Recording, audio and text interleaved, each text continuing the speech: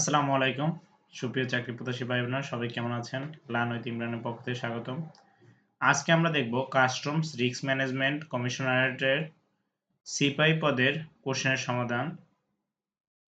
যেটা পরীক্ষায় হয়েছিল 23/2/2024 সালে, সময় ছিল 24 মিনিট, পূর্ণমান 60। আমি আগে বলে রাখি যে এই কাস্টমস পদে সিপাহি হচ্ছে ১৭তম গ্রেডের, কিন্তু এখান থেকে কিন্তু ডাইরেক্ট ১০ম গ্রেডে প্রমোশন হয়েছে কিছুদিন আগে। তার মানে কাস্টমসের চাকরিগুলো খুবই লুক্রেটিভ চাকরি। তাহলে আমরা কোশ্চেন সমাধানে আসি। আর আমি আগেই বলে রাখি, যারা আমার চ্যানেলটা সাবস্ক্রাইব করেন অবশ্যই আমার চ্যানেলটা সাবস্ক্রাইব করে দিবেন, যাতে আপনারা নতুন নতুন ভিডিও পান, নোটিফিকেশন পান। এই জন্যই সাবস্ক্রাইব করে রাখবেন। তারপর আসি প্রথমে ১ নম্বরে কি বলছে, সন্ধি বিচ্ছেদ।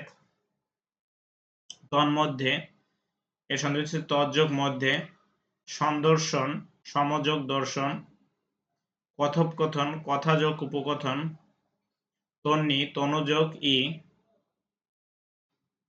পুনরাবৃত্তি পূর্ণ বিসর্গ যোগ আবৃত্তি পুনরাবৃত্তি। অর্থলিখন মানে বাগধারা, যেটা তুলসী বনের বাঘ ভণ্ড। লোকটা মুখে এক কথা বলে কাজে করে অন্যটা, সে আসলে তুলসী বনের বাঘ। উজনের কই সহজলভ্য, মাহফুজের মতো লোককে অত তোষামত করার কি দরকার, সে তো উজনের কই।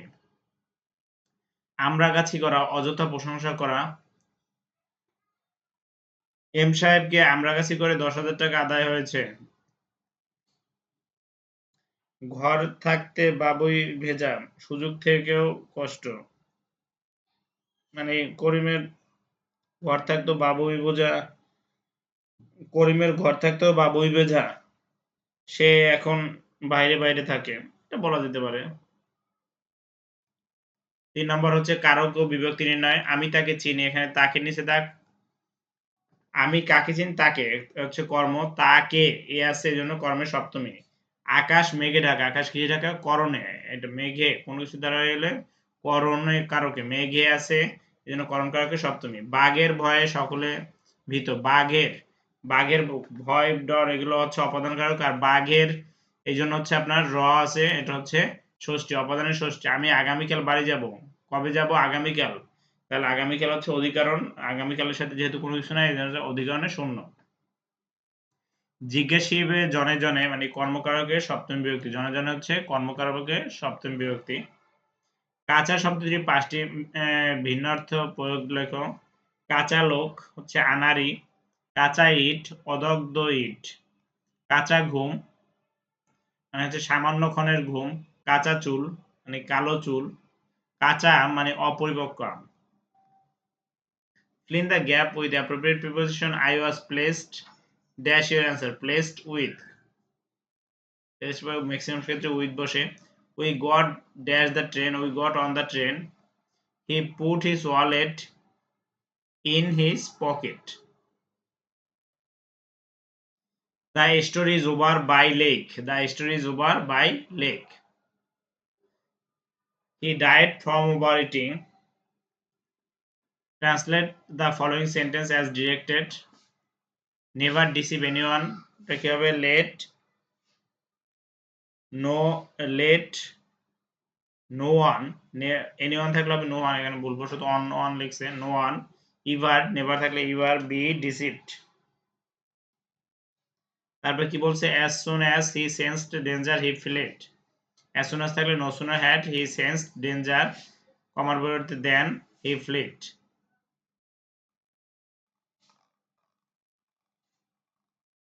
তারপর কি বলছে?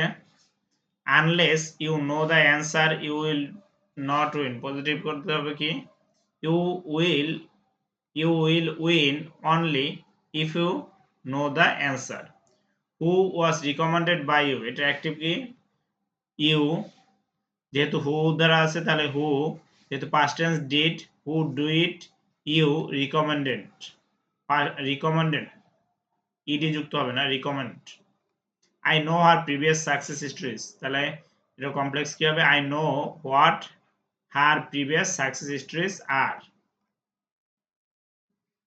Write the meaning of the following items, phrase and making sentence with them. In a nutshell অর্থ হচ্ছে সংক্ষেপে। Tell the story in a nutshell. Bread and butter জীবিকার উৎস। To many people rickshaw plying is the cheap bread and butter. Break the ice নীরবতা ভেঙে কথা বলা। Someone suggested that we play a party game to break the ice. Rule of thumb মানে অভিজ্ঞতা অনুশীলনের উপর প্রতিষ্ঠিত। A good rule of thumb is that a portion of rice is 2 handfuls. Sine die হচ্ছে অনির্দিষ্টকালের জন্য। The case was adjourned sine die মানে মুলতবি করা হয়েছে অনির্দিষ্টকালের জন্য। ট্রান্সলেটিংলি ইংলিশ, তার বাবা ব্যবসা করেন। His father deals in cloth. 2 ঘন্টা ধরে ঘুরে ঘুরে বৃষ্টি হচ্ছে। It has been drizzling for 2 hours. সে কিছু রেখে যায়নি। He has left nothing behind. চাঁদের নিজস্ব আলো নেই। The moon has no light of its own. আমি তাকে দৌড়ে যেতে দেখলাম। I saw him running. তারপর কি বলছে? আব্দুর রহিম মিষ্টির দোকান থেকে প্রতি কেজি 250 টাকা দরে 250 টাকা দরে যে চমচম ক্রয় করলো। ভ্যাটের হার ক্রয় মূল্যের 7.5%। চমচম বাবদ মোট কত টাকা দোকানদারকে ভ্যাট দিল? তাহলে ভ্যাটের 100 টাকা ভ্যাট দিতে হয় 7.5 টাকা। কয় কেজি কিনছে আমরা মনে করে তা তো এখানে আবার লেখাটা উঠে নেয়, এই জন্য ঝামেলাটা হয়েছে। 250 টাকা ধরে কেজি মনে করো 1 কেজি আমরা কিনলাম। 100 টাকা ধরে 100 টাকা ভ্যাট দিতে হয় 7.5 টাকা। 1 টাকায় কত আর 7.5 টাকায় কত? 18। তাহলে দোকানদার পাবে মানে ওখানে 1 কেজি হবে, দোকানদার পাবে 250 যোগ ওই যে আপনার ভ্যাটটা 18.75, তাহলে 268.75 টাকা। তারপর কি বলছে? একজন ডিম বিক্রেতা প্রতি ডজন ডিম 110 টাকা দরে 6 ডজন ও 90 টাকা দরে 4 ডজন ক্রয় করে। প্রতি ডজন কত টাকা বিক্রি হলো ডজনে? এটা খুবই সহজ অঙ্ক, আমরা আগেও দেখেছি। 110 টাকা দরে 6 ডজন ডিমের দাম কত? লিখলাম 110 গুণ 6, আর 90 টাকা দরে 4 ডজন ডিমের দাম 90 গুণ 4 360। তাহলে 6 4 হচ্ছে 10 ডজন, আর 660 যোগ 360 তাহলে 1020। তাহলে 1020 কে আমি 10 দ্বারা ভাগ করলে আমরা প্রতি ডজনের দাম বের হয়েছে কত? 102 টাকা। বলছে প্রতি ডজনে কয় টাকা লাভ করতে? 3 টাকা। তাহলে হবে কত? 105 টাকা। মামুন ও তপনের, তারপরে কি বলছে? মামুন ও তপনের আয় অনুপাত 4:3 আর তপন ও বসির আয় অনুপাত হচ্ছে 5:4। মামুনের আয় 120 টাকা হলে বসির আয় কত? তাহলে মামুন ও তপন হচ্ছে 4:3। 4:3 কে আমরা যদি একটা রাউন্ড টু ফিগারে করি, আর তপন হচ্ছে 5:4।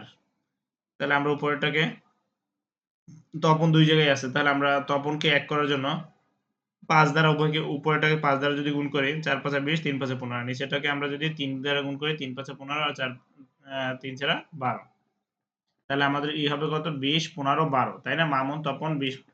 তাহলে মামুনের আয় যদি 120 টাকা হয়, বলছে কি মামুনের 120 টাকা হলে তপনের কত হবে? তাহলে সরি বসিরের কত হবে তাহলে আয়?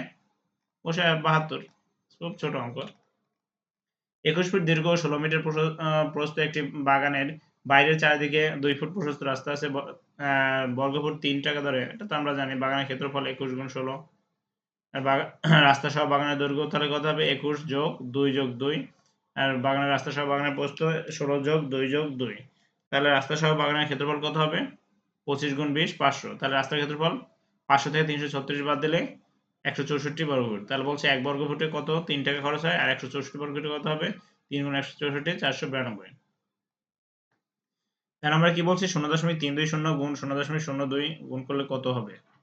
এখানে আবারও আপনাদের বললাম যে গুণের ক্ষেত্রে, গুণেরগুলোর ক্ষেত্রে আমাকে খেয়াল রাখতে হবে যে হচ্ছে কি, আপনার দশমিক পরে এখানে আছে 3 সংখ্যা, এখানে আছে 2 সংখ্যা, তার মানে টোটাল আপনার দশমিক পরে 5টা সংখ্যা বসাইতে হবে। আর এখানে যেহেতু আপনার 32 দিনে কত? 64 আপনি হিসাব করেন। 32 দিন এখানে আছে 32, মানে 320 এর সাথে আপনার 2 গুণ করবেন, তাই তো? তার মানে আপনি এখানে শূন্যটা যদি বাদ দিই আমরা, 32 দুগুণ 64, তাহলে আমার 5টা সংখ্যা লাগবে। 320 এর সাথে যদি আমি 2 গুণ করি, 320 রাখি আর এই পাশে, তাহলে 640 হয়। 640 রাখবো। 5টা সংখ্যা হলে আর কত লাগবে? কয়টা সংখ্যা লাগবে? 2টা শূন্য লাগবে। তাহলে আমি 0.20 640, এইভাবে এটা মুখে মুখে গুণ করলে হয়ে যায়। তারপর হচ্ছে আমাদের